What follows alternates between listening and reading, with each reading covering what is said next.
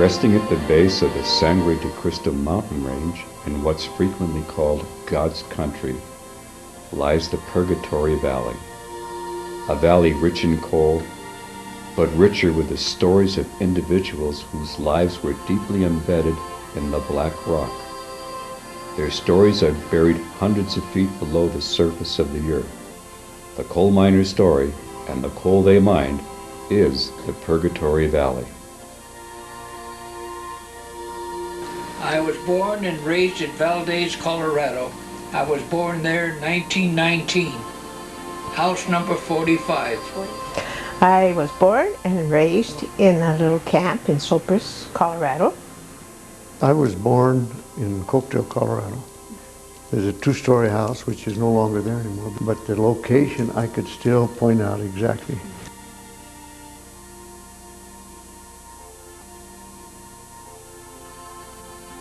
In 1872, small, privately owned coal companies began popping up all over southern Colorado. Coal was used to fuel the railway, the steel plants, and most importantly, to fuel people's homes.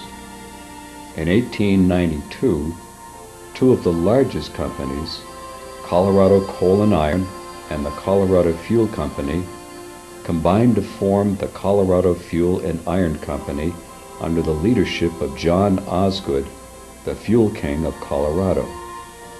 In 1901, Osgood and CF&I made a significant acquisition by purchasing 286,000 acres from the old Maxwell land grant. And not all of the purchases were particularly friendly or legal. There's been questions about how they acquired a lot of the land in later years. Even with the vast amounts of land, rising number of coal mines, and the great potential they provided, John Osgood's financial position deteriorated. Osgood and the rest of the board of directors were in a very tight situation. The banks were looking to be paid. They didn't have any money. Rockefeller had heard about this operation. John Rockefeller Sr. came out to investigate the Pueblo plant and all of its resources to see how it was working, and decided that it was a good venture to undertake, and purchased it, became the controlling interest, pushed Osgood and all of his friends out. In 1901, the Colorado and Wyoming Railroad was established to push rail lines up the Purgatory Valley. The railroad helped spur the establishment of company towns around the mines. Towns would spring up. They would be company owned and company operated. So Primero and Sopris and Tercio and Segundo and Frederick/Valdez were just created to fuel this coal industry. The coal camp became the heart of every mining town. The promise of work in the mines brought immigrants from around the country to the Purgatory Valley.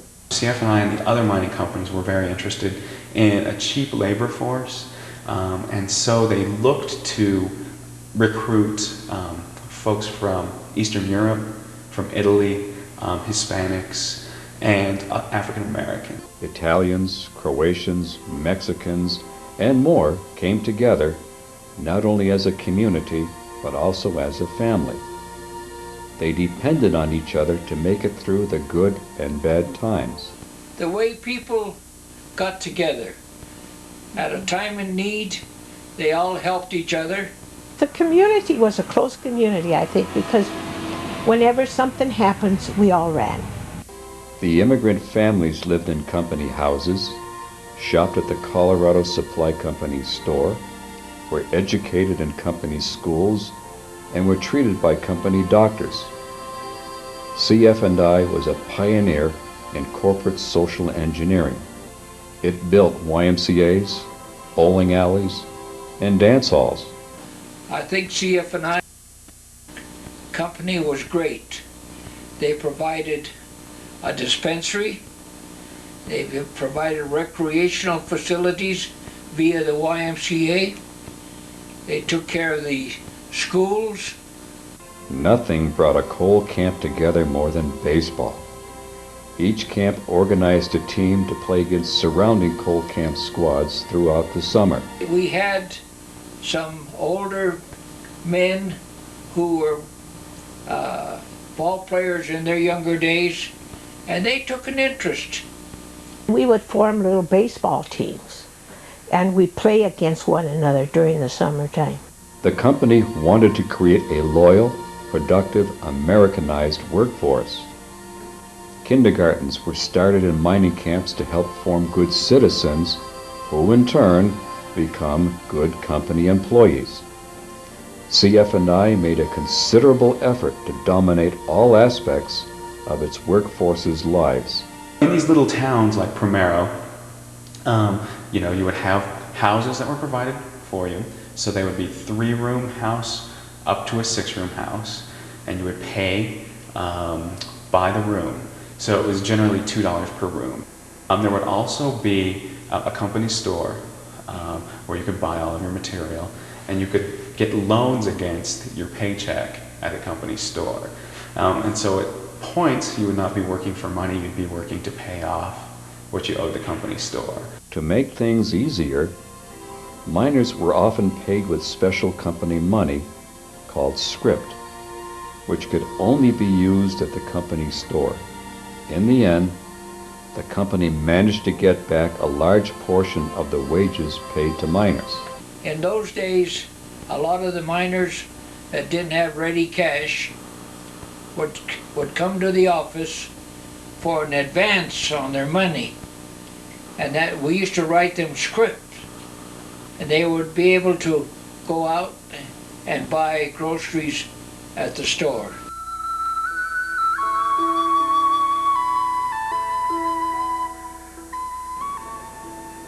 In 1887, the first coal camp in the valley was established in Cypress. Coal mining at the time was primarily pick and shovel. It was common for boys 11 or 12 years old to start working in the mines with their fathers or relatives. If the main main worker is killed, sometimes what will happen is if you have children, you need to have the children start working. So officially CF&I didn't allow anybody under the age of 14 to work underground, but a lot of times that was ignored. This was how miners began their trade. Cypress was known for the production of coke and had almost 300 coke ovens. And coke is where you burn coal to burn off all the impurities, and it burns much hotter. And that is what you use in industry, in heavy industry. The Cypress mine closed in the 1920s.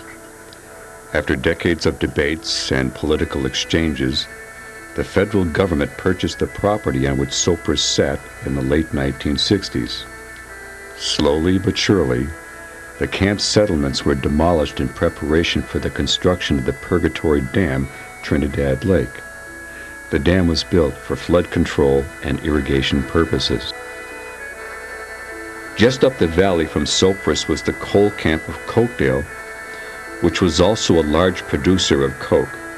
Coke ovens still line the valley today.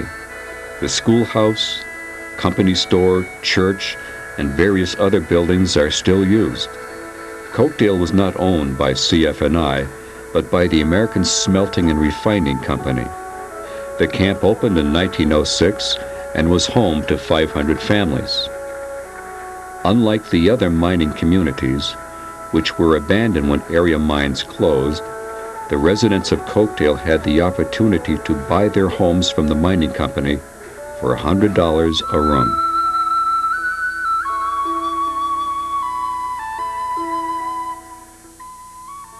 Following the Purgatory River up the valley, the next mining camp was Valdez, where the Frederick Mine was located.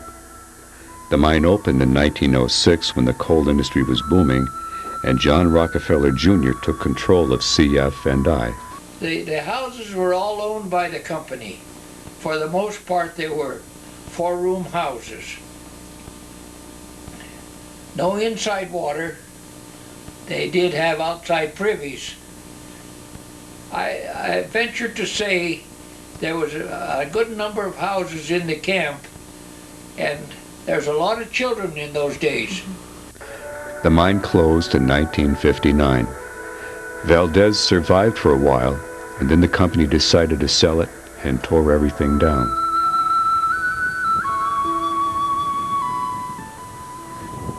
Farther up the valley, the Primero mine opened in 1902. The mine was considered one of CF&I's top producers during its short existence. Primero had 600 miners who dug 3,000 to 4,000 tons of coal a day. Half the coal was sold to railroads for locomotives, and the other half was hauled to Segundo to be burnt in the coke ovens. Primero had some really impressive features. They had not only an elementary school, they had a junior high and a high school, which is unusual at the time period for such a small town to have all three. The company demolished the shacks, adobes, and dugouts and put up attractive frame residences painted in pleasing colors. Water was piped to every house, and there was a large Spanish-style company store. In like 28, Primero was sold. They removed all of the houses by 1930. The railroad tracks veered southwest to an isolated, undisturbed valley where at one time only the bleating of sheep and the songs of birds could be heard. However, the valley became filled with the new noises of industry, the whistle of locomotives, the buzzing of sawmills, and the hum of machinery. Pine trees were turned into model mining camp houses, and rock was used to build coke ovens. The Tercio mine opened in 1902. About 1,000 tons of coal was mined a day, and almost all of it was coked in the camp's 600 coke ovens. The Tercio store featured a Swiss design and was called CF&I's finest store. It was 3 stories high and had a sandstone frame. It had a basement, balcony, and huge potted palms lining the interior. The mine was different from the other mines because it was positioned on the western outcrop of the valley. Therefore, its dip, or decline into the surface of the earth, of 30 to 45 degrees was quite steep compared with the eastern outcrop mines with dips of 1 to 10 degrees. This resulted in more difficult mining and lower production rates. The mine closed in 1915, but the railroad remained in operation up the canyon until the late 1940s. The company's store and post office stayed open until 1949 to serve the communities of Torres, Stonewall, and Bermejo Ranch. All that remains of Tercio is the company store, stripped and open to the mountain breezes, and the ruins of the coke ovens. The nearby cemetery adds to the air of desolation. It is a sad but inevitable ending for the coal town once home to more than 1,000 people.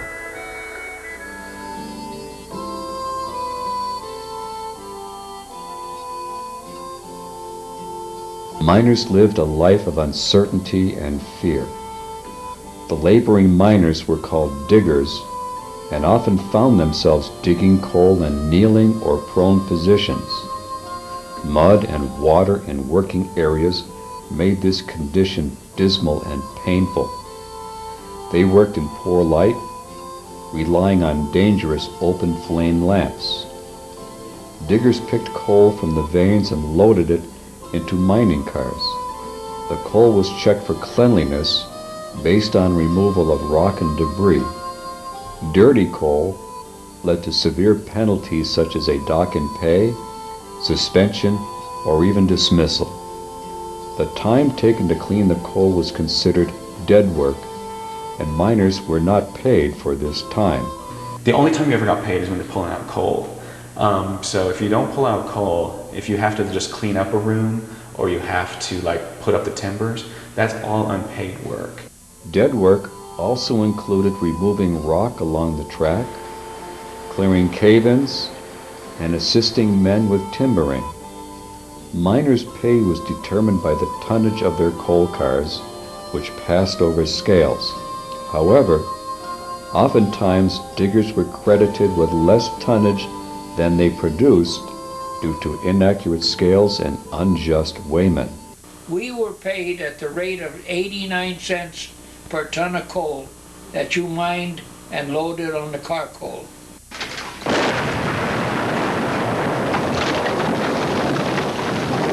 Explosions were the biggest threat to miners. The slightest spark in the midst of methane gas or coal dust could bring on an explosion and a suffocating wave of carbon dioxide gas. Generally, it's regarded to have been better for the family if he was actually killed in these early years, because if you're killed, the company's going to provide you a little bit of compensation.